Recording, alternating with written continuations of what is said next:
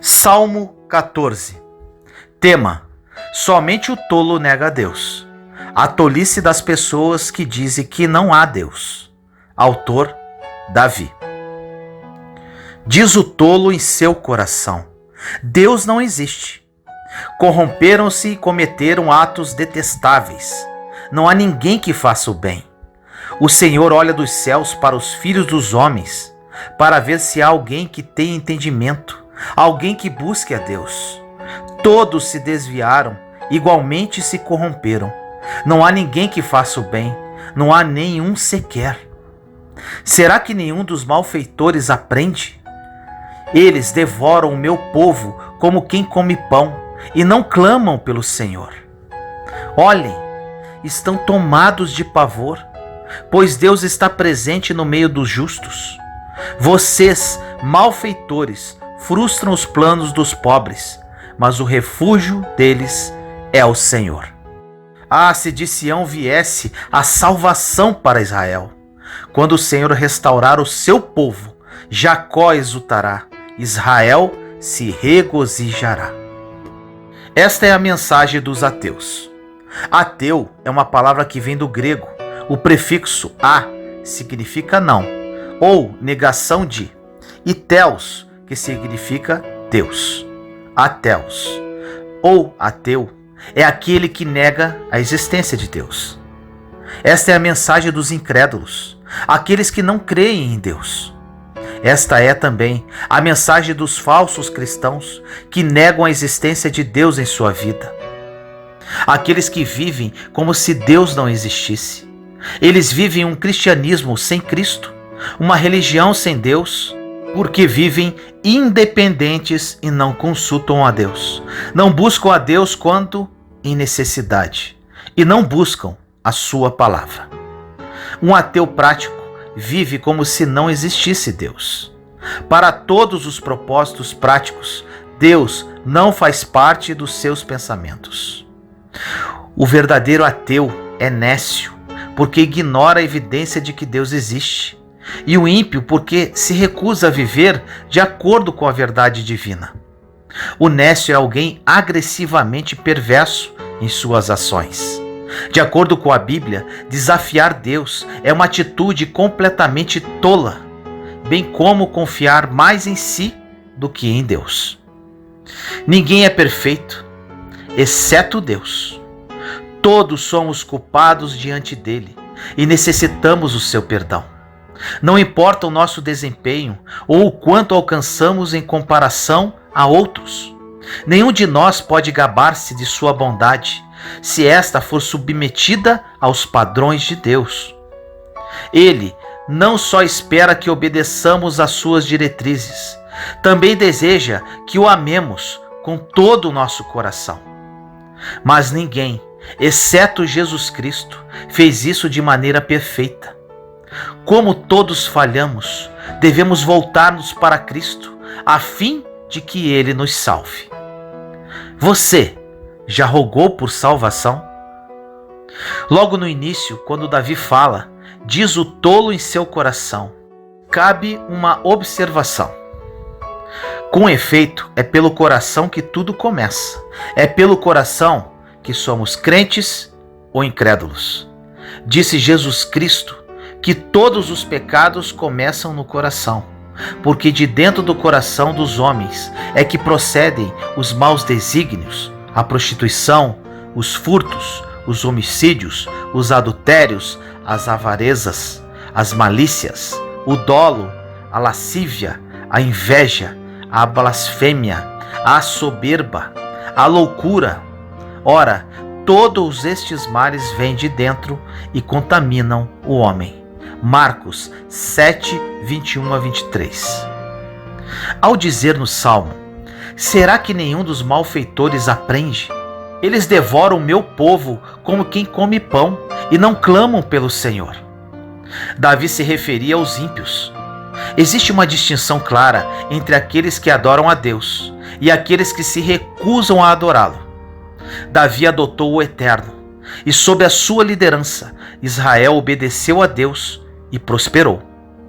Porém, depois Israel se esqueceu de Deus e ficou difícil distinguir entre os adoradores do Eterno e os que adoravam ídolos. Por isso foi predito: desviaram-se todos e juntamente se fizeram imundos. Não há quem faça o bem, não há sequer um. Quando Isaías conclamou Israel ao arrependimento, como Davi, falou dos que se desviaram. Isaías 53:6. Mas o profeta se referiu aos irmãos israelitas. O apóstolo Paulo, ao citar o Salmo 14 em Romanos 3, de 10 a 12, estendeu a imagem da ovelha desgarrada a todas as pessoas que se afastaram de Deus e não têm Jesus como seu pastor. No versículo 5, onde diz: pois Deus está presente no meio dos justos. Então aqueles que atacam o povo, aliançado com ele, podem estar atacando o próprio Deus, o que é totalmente inútil. Deste modo, embora possamos sentir que estamos perdendo a batalha, não deve haver absolutamente dúvida de que nossa suprema vitória está em Deus.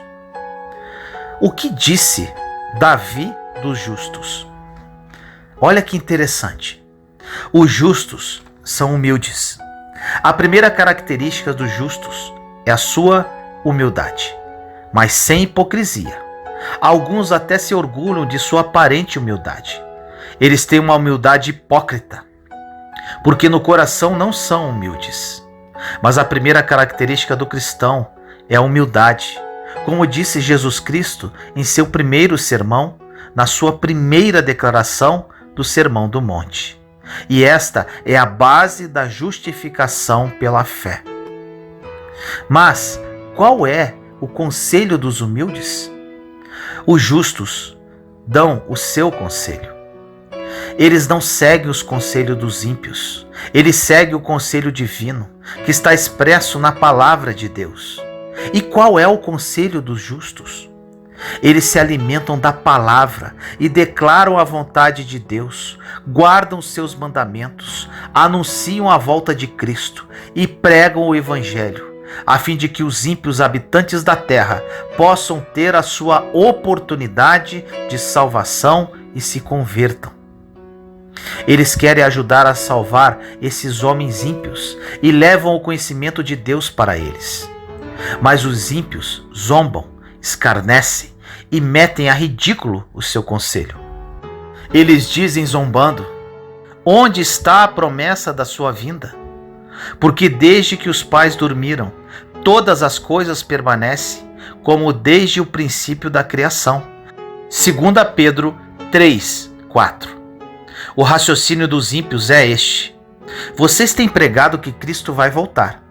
Mas isso não vai acontecer, porque se ele viesse de novo, os homens haveriam de crucificá-lo novamente.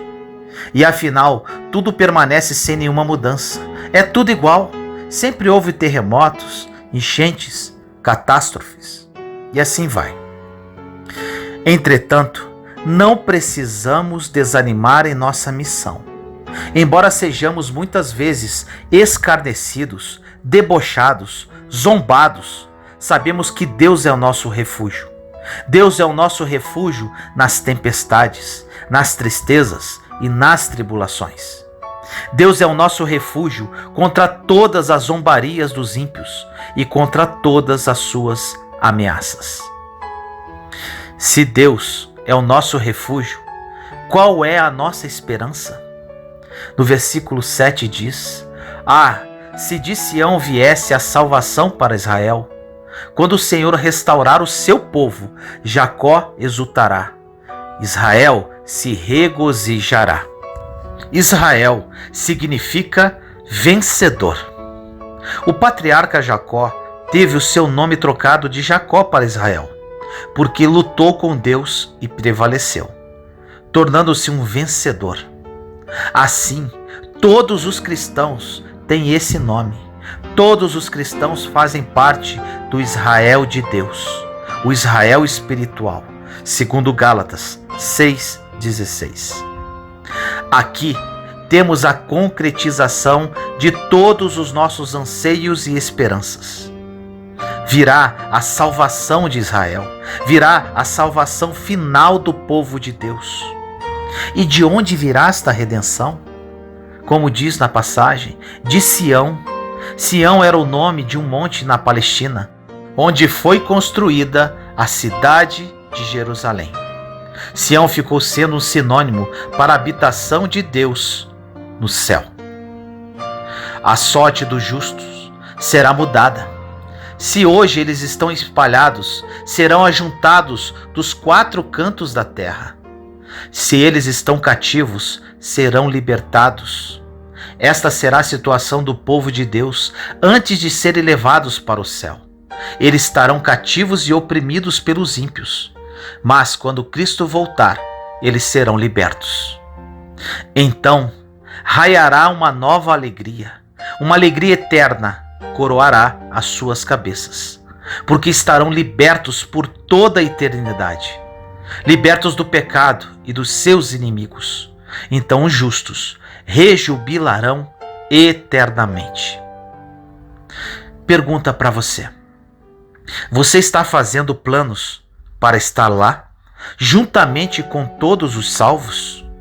O que você precisa mudar em sua vida para que você esteja lá, são e salvo por toda a eternidade?